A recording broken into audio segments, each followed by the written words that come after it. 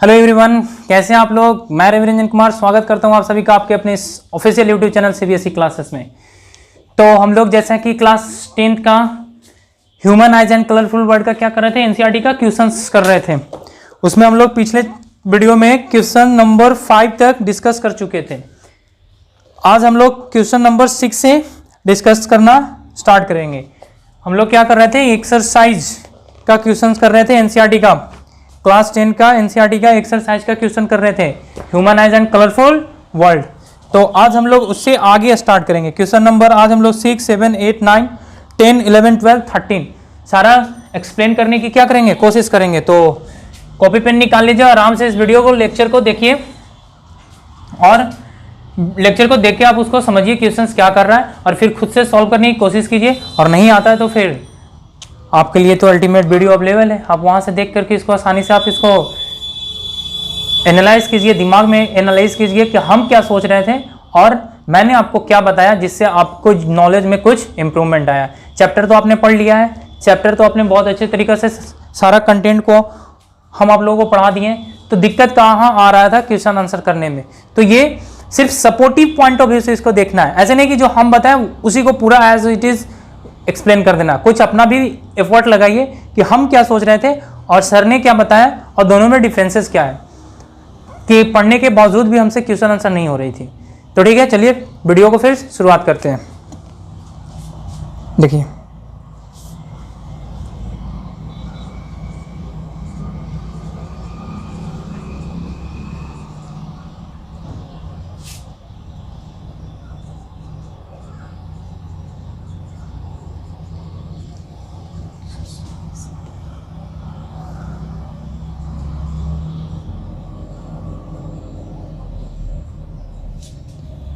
Colourful world, इसका NCERT का क्या कर रहे हैं, एक्सरसाइज सॉल्यूशंस कर रहे हैं, human eyes and colourful world का।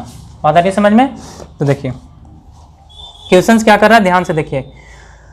क्वेश्चन नंबर 5 तक हम लोग कर चुके हैं। क्वेश्चन नंबर 6 क्या कर रहा है, बुक अपने पास रखिएगा, एनसीईआरटी का बुक अपने पास रखिएगा। मैं क्वेश्चन लिखवाने में टाइम वेस्ट नहीं करवा रहा हूँ, डायरेक्ट आपको मैं उसका आंसर या सोल्यूशन बता रहा हूँ। न्यूमेरिकल्स होगा तो सॉल्यूशंस, और अगर वैल्यू बेस्ड क्वेश्चंस हो गए तो उसका आंसर।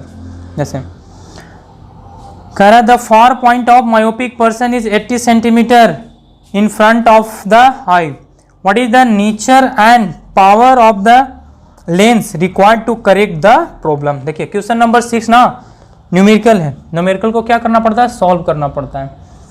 कह रहा है the far point of A myopic person is 80 centimetre. 80 centimetre कहने का मतलब क्या है, फार point of A myopic person. Myopic person मतलब ये तो आपको पता चल गया कि वो जो आदमी है वो मायोपिया से ग्रसित है। मायोपिया कहने का मतलब उसका नजदीक का तो ऑब्जेक्ट दिखाई दे रहा है लेकिन दूर का ऑब्जेक्ट दिखाई नहीं दे रहा है।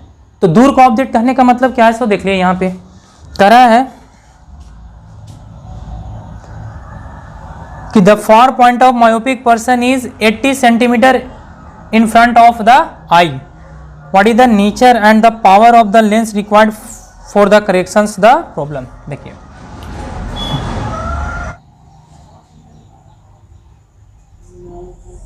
ये मान लीजिए ह्यूमन आइज है, तो ह्यूमन आइज को पता होगा आपको ये मायोपिया है। मायोपिया मतलब नजदीक को देख सकता है, तो कहां तक देखता है, ये इस तरह से हम ऑब्जेक्ट को रखे 25 सेंटीमीटर, आसानी से देख लिया नॉर्मल नियर पॉइंट पे, उससे दूर लेके गए। ऐसे करते करते हम कहां तक लेके गए, ऑब्जेक्ट को आंख से 80 सेंटीमीटर के दूर पे लेके गए। कितना सेंटीमीटर के दूर पे, आई से 80 सेंटीमीटर के दूर पे लेके गए। अब 80 सेंटीमीटर पे लेके गए तो इसको दिखाई नहीं, मतलब अब ये 80 सेंटीमीटर तक इसको दिखाई दे रहा है, 80 सेंटीमीटर तक इसको क्या हो रहा है, दिखाई दे रहा है। लेकिन जैसे ही इससे दूर रखें, मान लीजिए यहां पे रख दिए, यहां पे ऑब्जेक्ट को रख दिए, तो इस पोजीशन से आई इस ऑब्जेक्ट को नहीं देख रहा है, इस पोजीशन से आई इस ऑब्जेक्ट को नहीं देख रहा है। तो नहीं देख रहा है, तो अगर इसको देखना हो तो इस ऑब्जेक्ट का इमेज हमको कहां बनाना होगा, 80 सेंटीमीटर पे लाके बना देना होगा। और जैसे ही 80 सेंटीमीटर पे लाके बना देंगे तो ये क्या, जब 80 सेंटीमीटर तो हमको आई तो देख ही सकता है, तो आसानी से दूर वाले ऑब्जेक्ट को क्या हो जाएगा, देखेगा। आसानी से दूर वाले ऑब्जेक्ट को क्या करेगा, आई हमको आसानी से उसको डिटेक्ट कर लेगा, विजुलाइज करेगा। तो यहां पे क्वेश्चंस क्या उठता है, जरा ध्यान से देखिएगा कि तो इसको ठीक करने के लिए, मायोपिया को ठीक करने के लिए हम कौन सा लेंस यूज करते हैं? याद कीजिए, कौन सा लेंस यूज करते हैं मायोपिया को ठीक करने के लिए? मायोपिया को ठीक करने के लिए हम जो यूज करते हैं वो कॉनकेव लेंस यूज करते हैं। कौन सा लेंस? तो यहां जो दिया हुआ है, what is the nature and power of the lens required to correct the problem. तो पहले तो नेचर निकालना है, तो नेचर ऑफ लेंस इज क्या होगा आपका? Concave lens. Nature of lens is कौन सा? Concave lens. अब आती है पावर की बात। पावर ऑफ लेंस कितना होगा? तो पावर निकालने के लिए आपको पता है पावर बराबर होता है 1/f। तो लेंस का क्या चाहिए हमको? फोकल लेंथ चाहिए। तो फोकल लेंथ कैसे निकलता है?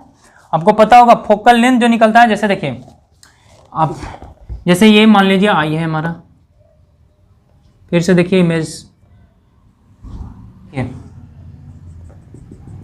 ये अब मान लीजिए 80 सेंटीमीटर पे ये तो देख रहा है। अब यहां पे कोई इन्फिनिटी पे ऑब्जेक्ट रखा हुआ है, तो आपको क्या पता था?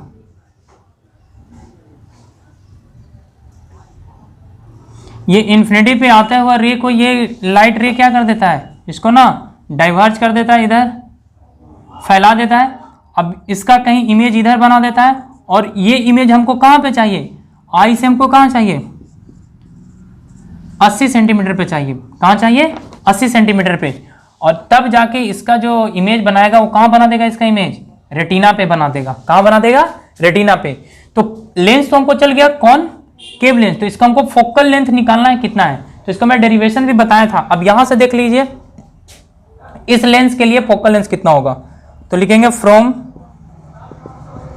मिरर फॉर्मूला से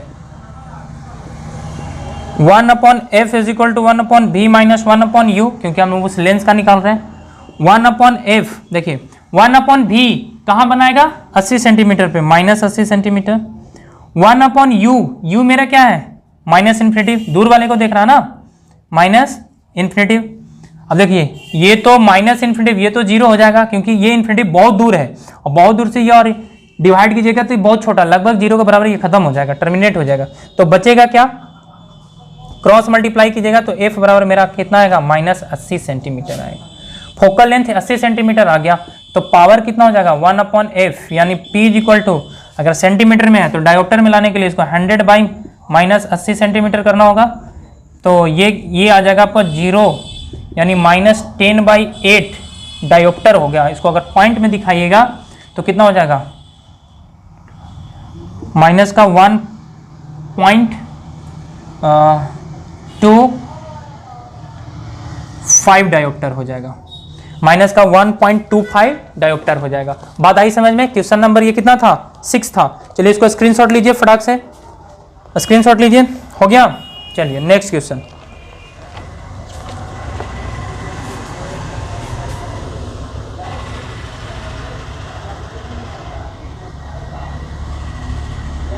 नेक्स्ट क्वेश्चन है क्वेश्चन नंबर 7।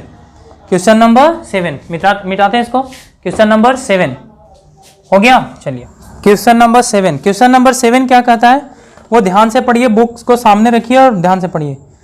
कहता है make a diagram to show how hypermetropia is corrected. जो अभी हम मायोपिया के लिए बताया ना, उसमें अब हाइपरमेट्रोपिया के लिए बताना है। कह रहा है to make a diagram to show hypermetropia is corrected. The near point of a hypermetropia is 1 meter. Near point कितना इसका? What is the power of the lens required to correct this defect?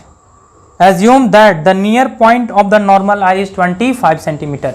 Normal eye कितना लेना हमको? 25 centimetre लेना। Question number 7 क्या कर रहा है? ये सॉल्यूशन कर रहा है हाइपरमेट्रोपिया। डिफेक्ट ऑफ आई मेरा क्या? पहले डिफेक्ट को पहचानिए। डिफेक्ट ऑफ आई मेरा क्या है?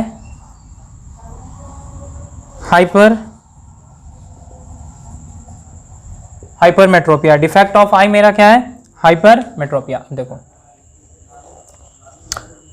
अब इसका करेक्शन। तो हाइपरमेट्रोपिया में क्या होता है दोस्तों? हाइपरमेट्रोपिया में उसको नजदीक के ऑब्जेक्ट दिखाई नहीं देगा, दूर का ऑब्जेक्ट क्या होगा, आसानी से उसको दिखाई देगा। तो देखिए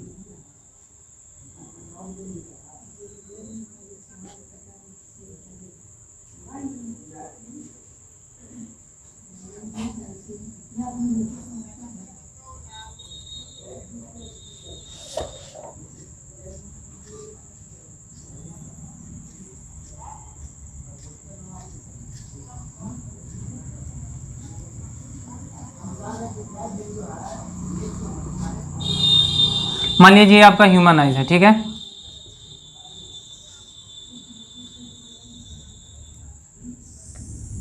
अब ह्यूमन आइज में अगर हाइपरमेट्रोपिया है तो उसको 25 सेंटीमीटर पे जो ऑब्जेक्ट रखा हुआ है, 25 सेंटीमीटर पे जो ऑब्जेक्ट रखा हुआ वो उसको दिखाई नहीं देगा। 25 सेंटीमीटर वाले को वो देख नहीं पाएगा।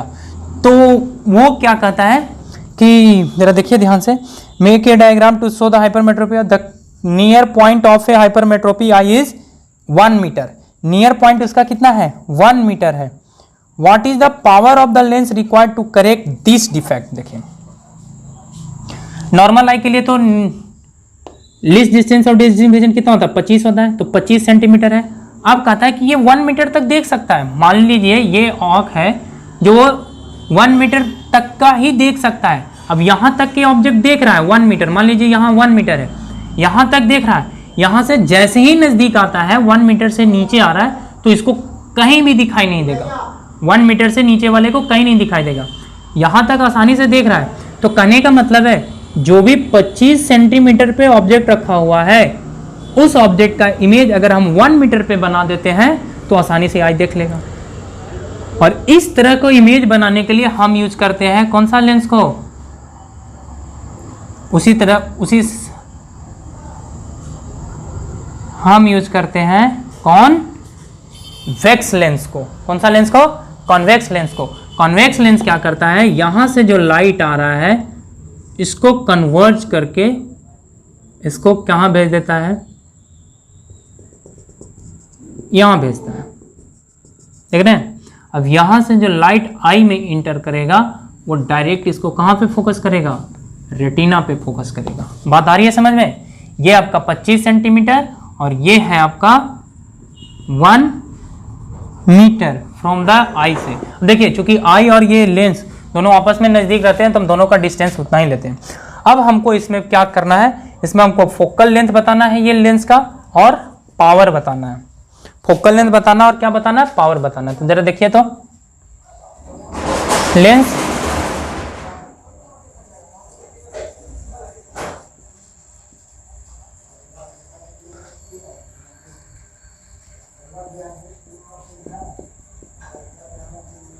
One upon f is equal to 1 upon v minus 1 upon u. और देखो 1 अपॉन एफ हमको निकालना है, 1 अपॉन भी कौन होगा, 1 मीटर ना, 1 मीटर पे ऑब्जेक्ट का इमेज बनाएगा ना, क्योंकि 1 मीटर पे हम देख सकते हैं। 25 सेंटीमीटर पे आपका ऑब्जेक्ट रखा रहेगा तो भी कितना होगा, 1 मीटर में 100 सेंटीमीटर, माइनस यू भी आपका कितना, माइनस का 25 सेंटीमीटर। ये माइनस का कितना 100 और माइनस माइनस प्लस 25। और सॉल्व करिए इसको। 1 upon f is equal to कितना होगा, एलसीएम लेने आता है ना, 100 होगा। ये कितना होगा, ये तो माइनस का 1 होगा प्लस 25 चौके 100 4। 1 upon f is equal to होगा 3 बाई कितना 100, और क्रॉस मल्टीप्लाई कीजिएगा तो एफ बराबर कितना होगा 100/3, यानी 100/3 कहने का मतलब कितना आ गया, ये फोकल लेंथ आ गया आपका 100/3 सेंटीमीटर। प्लस में आ रहा है ना, तो प्लस में आ रहा है तो कौन सा लेंस यूज होगा, कॉन्वेक्स लेंस यूज होगा। कौन सा लेंस यूज होगा, लिख लीजिएगा। Now power is equal to क्या होगा, 1 अपॉन एफ। 1 अपॉन एफ देखिए ये सेंटीमीटर है। अब सेंटीमीटर में पावर को हम लिखते थे कि ना 100 अपॉन एफ, तो 100/3 यानी ये कितना होगा 100 इंटू 3/100 कट जाएगा तो कितना आ जाएगा, P जो आएगा आपका 3 प्लस का 3 डायोप्टर आएगा, प्लस का 3 डायोप्टर आपको आएगा, प्लस वाला आएगा, दूर वाला आपको दिखाई नहीं दे रहा है इसमें। बात आ रही है समझ में? प्लस का 3 डायोप्टर आएगा। तो जो हेंस लेंस यूज होगा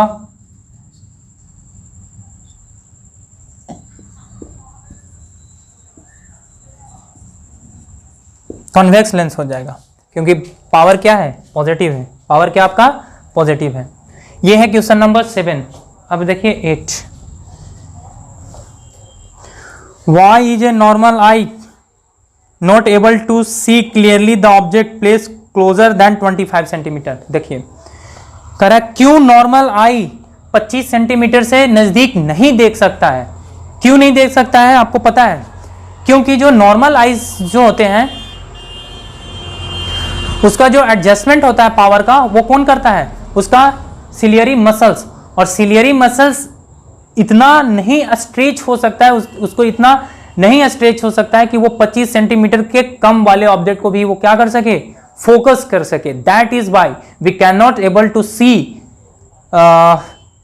बिलो द 25 सेंटीमीटर। तो इसीलिए हम लोग 25 सेंटीमीटर से नीचे वाले ऑब्जेक्ट को नहीं देख सकते हैं। क्वेश्चन नंबर 9 क्या कर रहा है? What happened to the image distance in the eye when we increase the distance of an object from the eye?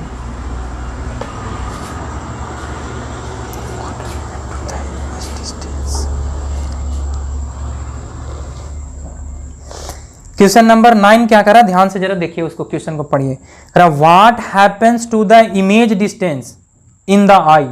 आंख के अंदर इमेज डिस्टेंस पे क्या प्रभाव पड़ता है? When we increase the distance of an object from the eye, जब हम ऑब्जेक्ट डिस्टेंस को क्या करते हैं? इंक्रीज करते हैं, तो आई डिस्टेंस पे क्या, तो इमेज डिस्टेंस पे क्या प्रभाव पड़ता है? उम्मीद करता हूं कि इसका आंसर आप लोग सब जानते होंगे। क्या प्रभाव पड़ता है? कुछ नहीं। क्यों? क्योंकि जो इमेज डिस्टेंस जो बनता है ऑलवेज फिक्स होता है, रेटिना पे बनता है, और वो ऑलवेज क्या है? फिक्स है। 2.5 सेंटीमीटर पे ही हमको ऑब्टेन होगा। बात है, जो रेटिना का डायमीटर, जो कॉर्निया का जो डायमीटर है, उसी के बराबर हमको इमेज ऑब्टेन्ड होगा, और वो कितना है? 2.5 सेंटीमीटर। अब यहां से देखिए 10, 11, 12, 13। Why do a star twinkle? ये मैं बताया था स्टार ट्विंकल क्यों करते हैं। Explain why the planet do not twinkle? ये भी हम बताए थे कि प्लैनेट ट्विंकल क्यों नहीं करते हैं। Why do sun appear reddish early in the morning? ये भी बताए हैं। और why does the sky appear dark instead of blue to an astronaut? ये नहीं बताए थे। तो देखिए डार्क कहता है कि एस्ट्रोनॉट को स्काई डार्क क्यों नहीं दिखाई देता है? क्यों नहीं दिखाई देता है? क्योंकि एस्ट्रोनॉट क्या करते हैं? अंतरिक्ष में जाते हैं, और अंतरिक्ष में कोई एटमॉस्फेयर नहीं है, तो कोई कलर का डिस्पर्सन नहीं होता है। That why the astronauts are seems to the sky are क्या? ब्लैक दिखाई देता है उनको। तो ये था टोटल ह्यूमन आइज और कलरफुल वर्ल्ड का आज का लेक्चर। आज हम लोग ह्यूमन आइज और कलरफुल वर्ल्ड में टोटल जो क्वेश्चंस हैं वो हम लोग क्या कर चुके हैं? समाप्त कर चुके हैं। आप जहां कहीं से भी हो, आप क्वेश्चंस को पढ़िए और पढ़ के हमको कमेंट्स में उसको कमेंट कीजिए। जो नहीं समझ में आता है तो मैं उसको बनाने की कोशिश करूंगा। और फिर हम लोग ने क्या किया? टर्म फर्स्ट का सिलेबस पूरा कंप्लीट कर दिया हूं। टर्म फर्स्ट में जितना भी चैप्टर पढ़ना था लाइट, वो सारा सिलेबस क्या हो गया? कंप्लीट हो गया। अब हम लोग टर्म सेकंड की तैयारी करेंगे। तो अब हम लोग का नेक्स्ट टॉपिक आएगा इलेक्ट्रिसिटी। तो अब हम लोग इलेक्ट्रिसिटी की तैयारी करेंगे। तो इलेक्ट्रिसिटी के लिए तैयार हो जाइए सारे लोग। अभी तो टर्म वन आने में टाइम है, लेकिन हम लोग क्या करेंगे? अपना चैनल पे इलेक्ट्रिसिटी का चैप्टर स्टार्ट कर देंगे। एक एक क्वेश्चंस को, एक एक टॉपिक को हम लोग पढ़ लेंगे। जब टर्म 2 आएगा तो फिर वीडियोस में रिवीजन कर लेंगे, और क्वेश्चन तो है ही आपके पास। तो फिर मिलते हैं नेक्स्ट वीडियो में। तब तक के लिए bye class, bye, thank you.